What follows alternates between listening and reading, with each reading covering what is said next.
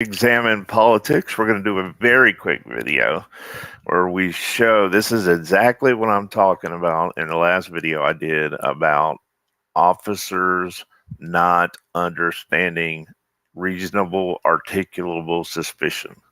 Now we're just showing a very short portion of a video of that came from Career Killer Auditz. That's spelled with a Z at the end. I will put a link in the description to their channel. Please go to their channel, like and subscribe, and watch the other videos. He has some good ones. I picked this one because it's so obvious that this guy does not understand articulable suspicion. And I blame this on training, because many of the officers I worked with would have said the same thing as this officer does here. They think that reasonable articulable suspicion means that I just suspect that you may have made you're just suspicious. That's what it is. It's just not normal. Well, the problem is if this, especially when somebody's involved in a legal business, whatever they're doing, and they're not violating the law, you really don't have the right. You can do a consensual encounter, but you don't have a right to detain them in any way. And you need to be very careful because you're looking at a lawsuit if you do. So we're going to watch this short portion and learn a little bit today. Let me put this on full screen and watch this. Now, just to give you an idea, the gentleman who you're watching his video went in and asked the lady who's got her back turned to him, he didn't ask anything. He let them know that he's going to be looking at the cars and that he would be filming around the area. And so several people would come out asking him what he's doing, and he let them know. Watch this whole video. I'm going to link it in the description.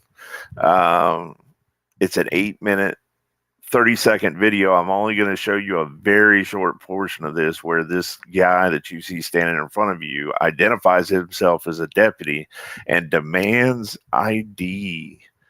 And he thinks that he has reasonable articulable suspicion that they've committed a crime. Actually, he doesn't understand that he needs to have that. He thinks that as long as they are suspicious to him, he can ask for ID. So let's watch and see what happens. What are you needing to film the call? What's your name, sir? I'm sorry? What's your name? My name is Louis Roberts. And you're a firefighter? Well, I'm with Madison County Emergency Management, and I'm also sworn with the Sheriff's Office. Okay. Thank you. Well, they, again, just doing a little filming, that's all. Yeah. And we were here because they're active roadway, so we stepped in some because we didn't want to be close to the road. And we had no end based on... Well, you understand we're working on someone coming around our facility and filming, as far as security issues. That's what we're working on. All right. So this is a common statement where they'll say, well, you're filming the vehicles that are visible from the fence, and you're filming the facility.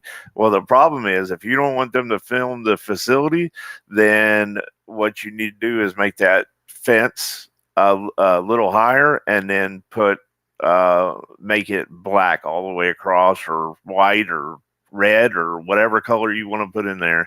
You got to put a color or something. You got to make it to where they can't just look. If you want your business covered, which this isn't a business, this is a public place, they would have to make it to where you can't see it. They can't stop you from recording from a public area. Everything that they're recording, people can see from their car. So let's continue. That's the reason we're wanting to know. I don't mean to be rude or disrespectful, but the definition of security is self-containment. That's what this fence is for. Well, see, we don't know what your intentions are. It doesn't matter. Be coming up to the fence and doing all kinds of things to the facility. Again, I don't. We're not saying anything about that. We're just trying to figure out exactly what you're. But doing. you're using that as a pre-notion to say, hey, I've got to make contact with this person because they're doing something I don't know what they're doing. All suspicious activity, and Right. as police, we have to You do. investigate that suspicious activity. I mean, you don't have to. You choosing to. Is being suspicious a misdemeanor or felony? I'm sorry? Is being suspicious a misdemeanor or Being a felony? suspicious is not a crime. Okay. You're not committing a crime. We're just trying to figure out exactly what you're doing. I told her first before she came out here and made contact with us again. So she already knew what my reason for being here was. And I don't have to provide you with it. Are you law enforcement? Are you law enforcement? Are you a sworn peace officer? Okay, so you can't lawfully request my ID. I can't, though. Can I see your ID? No, sir, you can't. I actually can. No, you can't. Yes, I can. I am a sworn. That doesn't matter. I have not committed a crime. You don't suspect me of committing a crime? I suspect you of suspicious activity. Okay, can you articulate the crime that you suspect me of committing? No, sir. Suspicion is not... All right, perfect. Did you hear what he said? I'm going to back it up a little bit. Listen again. He asked him, what crime do you suspect me of committing? And remember, reasonable articulable suspicion means that I suspect that you may have committed a crime, are committing a crime, or are about to commit a crime. So we're going to back this up slightly. Listen to him say that again. So he obviously doesn't know his job. Committing a crime? I suspect you of suspicious activity. Okay, can you articulate the crime that you suspect me of committing? No, sir. Suspicion is not a reason to request D. It's called a Terry stop. Yes, a Terry stop only constitutes you asking questions and a pat down if you suspect me of carrying a weapon. Okay.